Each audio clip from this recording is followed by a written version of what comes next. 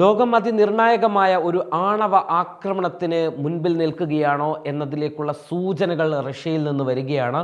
നമ്മൾ കേൾക്കുന്നതിനേക്കാളും അറിയുന്നതിനേക്കാളും നമ്മളെ കാണിക്കുന്നതിനേക്കാളും എത്രയോ ഭീകരമാണ് റഷ്യ ഉക്രൈൻ സംഘർഷത്തിൻ്റെ നിലവിലെ അവസ്ഥകൾ. ആ ഒരു രീതിയിലൂടെയാണ് കാര്യങ്ങൾ ഇപ്പോൾ പോയിക്കൊണ്ടിരിക്കുന്നത്. നിനക്ക് തോക്ക് തരാം, പക്ഷേ വെടിവെക്കരുത് എന്ന് പണ്ടാരോ പറഞ്ഞ പോലെയാണ് റഷ്യയുടെ ആണവായുധങ്ങൾ ഉപയോഗിക്കുന്നതിനുള്ള നിയമ തടസ്സങ്ങൾ റഷ്യക്കുള്ളത്.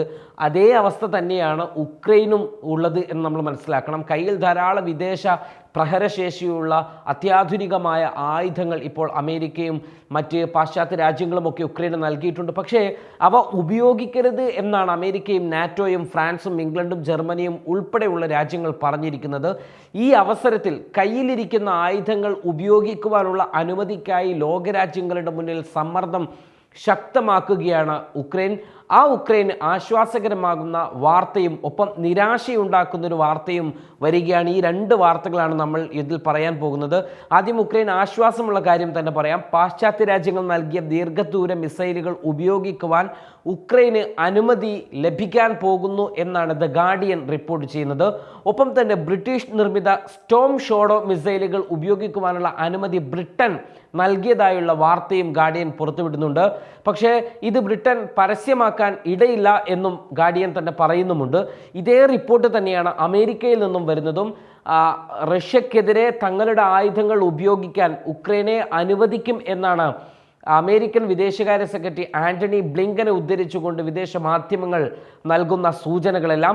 അമേരിക്കൻ കോൺഗ്രസിലെ 27 അംഗങ്ങൾ പ്രസിഡന്റ് ജോ ബൈഡന് ഒരു കത്ത് എഴുതുന്നുണ്ട്. ആ കത്തിൽ അവർ പറയുന്നത് ഇങ്ങനെയാണ്: റഷ്യയുടെ കൂക്സ് മേഖലയിലേക്ക് ഉക്രൈൻ സൈന്യത്തിലെ മുൻനിര പോരാളികൾ കടന്നുകൂടിയിട്ടുണ്ടെന്നും ആ കടന്നുകൂടിയതിനെ ഉക്രൈൻ്റെ ധീരമായ പ്രവർത്തനമാണ് എന്നാണ് വിശേഷിപ്പിക്കുന്നത്. ഉക്രൈൻ സൈന്യത്തിൻ്റെ മുന്നേറ്റത്തെ അഭിനന്ദിച്ച ഇവർ ഉക്രൈന് ഭയമില്ലെന്നും ജോ ബൈഡനെ ധരിപ്പിക്കുന്നുണ്ട്.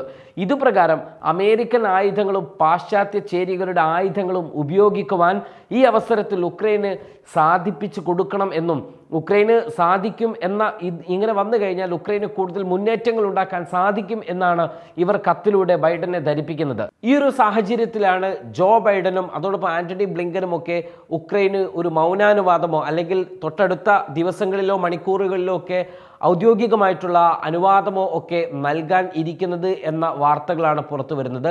ഇങ്ങനെയൊരു അനുമതിയുടെ മൂല കാരണമായിട്ട് ഇവർ പറയുന്ന മറ്റൊരു കാര്യമുണ്ട്. ഇറാൻ കഴിഞ്ഞ ദിവസം നമ്മളത് റിപ്പോർട്ട് ചെയ്തിരുന്നതാണ്. ഇറാന്റെ ദീർഘദൂര മിസൈലുകൾ റഷ്യ കൈപ്പറ്റിയെന്നും ഇത്തരം ദീർഘദൂര മിസൈലുകളും ഡ്രോണുകളും ഉപയോഗിച്ചാണ് ഉക്രൈനെതിരെയുള്ള ആക്രമണങ്ങൾ നടക്കുന്നത്. ഇറാന്റെ ബാലിസ്റ്റിക് മിസൈലുകൾ റഷ്യയിൽ എത്തിയിട്ടുണ്ട്. അവ റഷ്യ ഉപയോഗിച്ചു കഴിഞ്ഞാൽ വലിയ പ്രശ്നം ഈ മേഖലയിൽ ഉണ്ടാക്കും. ഇതിൻ്റെ മറ പിടിച്ചുകൊണ്ടാണ് ഇപ്പോൾ ഉക്രൈന് ആയുധങ്ങൾ ഉപയോഗിക്കുവാനുള്ള അനുമതി നൽകാൻ പോകുന്നത് എന്നതാണ് വരുന്ന വാർത്തകൾ. ഇതുപോലൊരു യുദ്ധ സാഹചര്യം മുൻപ് നമ്മൾ കേട്ടത് ഇറാഖിനെ ആക്രമിക്കാൻ അമേരിക്ക പറഞ്ഞിരുന്നൊരു കാരണമാണ്.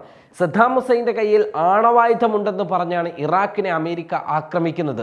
ഇതുപോലെയാണ് ഇറാൻ്റെ മിസൈൽ കയ്യിലുണ്ടെന്ന് പറഞ്ഞ് റഷ്യക്കെതിരെ പടയൊരുക്കം നടത്തുകയാണ് അമേരിക്ക.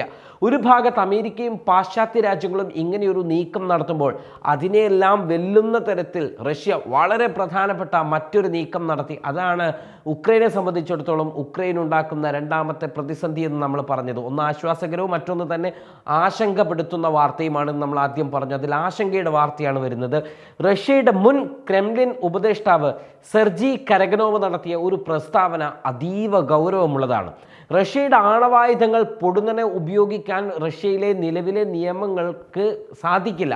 കാരണം അസാധാരണമായ അവസരത്തിൽ മാത്രമാണ് ആണവായുധം ഉപയോഗിക്കുവാൻ പാടുള്ളൂ എന്ന് റഷ്യ എഴുതി വച്ചിട്ടുണ്ട്. റഷ്യ അനുമതി നൽകുന്നത് ഇത്തരം സാഹചര്യത്തിലാണ്. 2020 ഇത്തരത്തിലുള്ളൊരു നിയമം റഷ്യ പിന്നീട് പരിഷ്കരിക്കുന്നത്. തുടർന്ന് അദ്ദേഹം പറഞ്ഞ വാക്കുകളാണ് ഏറെ അപകടകരമായി വിലയിരുത്തപ്പെടേണ്ടത്.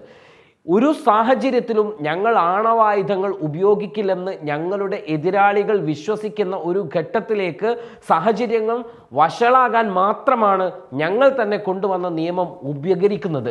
നിങ്ങളുടെ ശത്രുക്കളെ നിങ്ങൾ ഉപയോഗിക്കാൻ തയ്യാറാണ് എന്ന് ബോധ്യപ്പെടുത്താൻ കഴിയാത്ത ആണവായുധങ്ങൾ കൈവശം വെക്കുന്നത് കൊണ്ട് എന്താണ് നമുക്ക് ഗുണം? ഇതൊരു ആത്മഹത്യാപരമായ തീരുമാനമാണ്. നമുക്ക് ഗുണമുള്ള തീരുമാനമാവണം ഉണ്ടാകേണ്ടത്. അതുകൊണ്ട് ആണവായുധങ്ങൾ വേഗത്തിൽ ഉപയോഗിക്കാൻ കഴിയുന്ന നിയമം നമുക്കുണ്ടാകണം, ആ രീതിയിലേക്ക് നമ്മൾ പരിഷ്കരിക്കണമെന്നാണ് അദ്ദേഹം പറഞ്ഞു വെച്ചത്. പക്ഷേ ഇങ്ങനെ സംഭവിച്ചാൽ അനിവാര്യമായ ലോകമഹായുദ്ധത്തിലേക്ക് പെട്ടെന്ന് തന്നെ ലോകം നടക്കുമെന്നും സമീപഭാവിയിൽ തന്നെ ഇത് സംഭവിച്ചേക്കുമെന്നും അദ്ദേഹം തുറന്നു പറയുന്നുണ്ട്.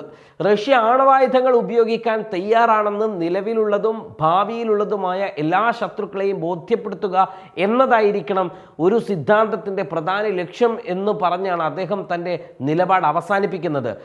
അമേരിക്കയും പാശ്ചാത്യ രാജ്യങ്ങളും അവരുടെ ആയുധങ്ങൾ ഉപയോഗിക്കാൻ ഉക്രൈനെ അനുവദിക്കുമ്പോൾ തങ്ങളുടെ രാജ്യത്തിൻ്റെ നിലനിൽപ്പിനായി ആണവായുധം ഉപയോഗിക്കാൻ തയ്യാറായേക്കുമെന്ന റഷ്യയുടെ മുന്നറിയിപ്പ് അവഗണിക്കാൻ ഒരു സാഹചര്യത്തിലും നാറ്റോക്കോ അമേരിക്കക്കോ യൂറോപ്പിനൊന്നും കഴിയില്ല. യൂറോപ്പിനെ സാരമായി ബാധിച്ചേക്കാവുന്ന ഏറ്റവും വലിയ ആണവ ഉൽപാദന ഫാക്ടറി നിലവിൽ ഉക്രൈനിലുണ്ട്. ഇതിൻ്റെ നിയന്ത്രണം ഇപ്പോൾ റഷ്യയുടെ കയ്യിലാണ്.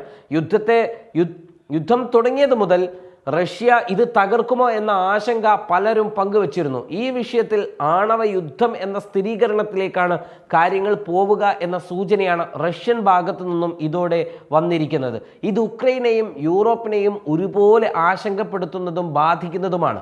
ആണവായുധം ഉപയോഗിക്കുന്നത് സംബന്ധിച്ച് മുൻപ് കാരവനോട് പുടിൻ പറഞ്ഞത് ആണവായുധം ഉപയോഗിക്കുന്നതിനെക്കുറിച്ച് അത്തരമൊരു സാഹചര്യം വരില്ല എന്നായിരുന്നു. അത്യാവശ്യമല്ലാതെ ആണവായുധങ്ങളുടെ വിഷയത്തിൽ തുടരുത് എന്നാണ് റഷ്യൻ സൈനികർക്കും ഉദ്യോഗസ്ഥർക്കുമൊക്കെ ഗവൺമെൻറ് നൽകിയിരിക്കുന്ന നിർദ്ദേശം എന്നും റിപ്പോർട്ടുകളുണ്ട്.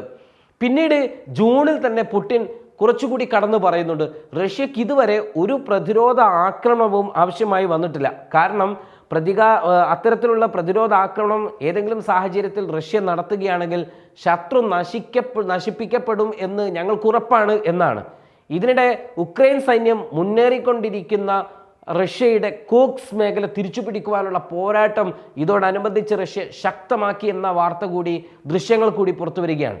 റഷ്യ ലക്ഷ്യമാക്കി കുതിക്കുകയായിരുന്ന നിരവധി ഉക്രൈൻ സൈനിക കവചിത വാഹനങ്ങളെ റഷ്യ തകർക്കുന്ന ദൃശ്യവും ഒപ്പം ഉക്രൈൻ സൈനികരെ പിടികൂടി അവരുടെ കൈകൾ പിന്നിലേക്ക് കൂട്ടിക്കെട്ടി റോഡിലൂടെ നടത്തിക്കുന്ന ദൃശ്യവും റഷ്യ പുറത്തുവിട്ടിട്ടുണ്ട്. റഷ്യൻ അനുകൂല ടെലഗ്രാം ചാനൽ ബുധനാഴ്ച പുറത്തുവിട്ട ദൃശ്യങ്ങൾ സ്റ്റാഗോസ്റ്റിൻ്റെ സെറ്റിൽമെൻറ്റിന് സമീപമുള്ള റഷ്യൻ വ്യോമസേനയുടെ 51ാം ഗാർഡ് റെജിമെന്റ് നടത്തിയ ആക്രമണം മൂലമാണ് എന്ന് പറയുന്നുണ്ട്. റഷ്യൻ മണ്ണിൽ കടന്ന ഉക്രൈൻ്റെ പ്രവൃത്തിക്കെതിരെ പ്രതികരിച്ച റഷ്യയുടെ പ്രത്യാക്രമണത്തിൽ കേവലം ഒരു മാസത്തിനിടയിൽ കൊല്ലപ്പെട്ടവരുടെ എണ്ണം 10,000 കടന്നെന്ന റിപ്പോർട്ടും ഇതോടൊപ്പം പുറത്തു വരികയാണ്. റഷ്യൻ കര ആക്രമണങ്ങളെ തടയാൻ റഷ്യയുടെ പാലങ്ങൾ തകർത്തുകൊണ്ട് മുന്നേറുകയാണ് ഉക്രൈൻ. റഷ്യ ആവട്ടെ ഡ്രോൺ ആക്രമണങ്ങളാണ് ഇവർക്കെതിരെ നടത്തുന്നത്. ഏതായാലും ഉക്രൈൻ വിദേശ ആയുധങ്ങൾ പ്രയോഗിച്ചാൽ റഷ്യ കയ്യും കെട്ടി നോക്കി നിൽക്കില്ല എന്നുറപ്പാണ്. അങ്ങനെ വന്നാൽ അതിവേഗം ലോകം 3ാം ലോക മഹായുദ്ധത്തിലേക്ക് നടക്കുക തന്നെ ചെയ്യും. Waytonikah.com, the exclusive Muslim matrimonial site.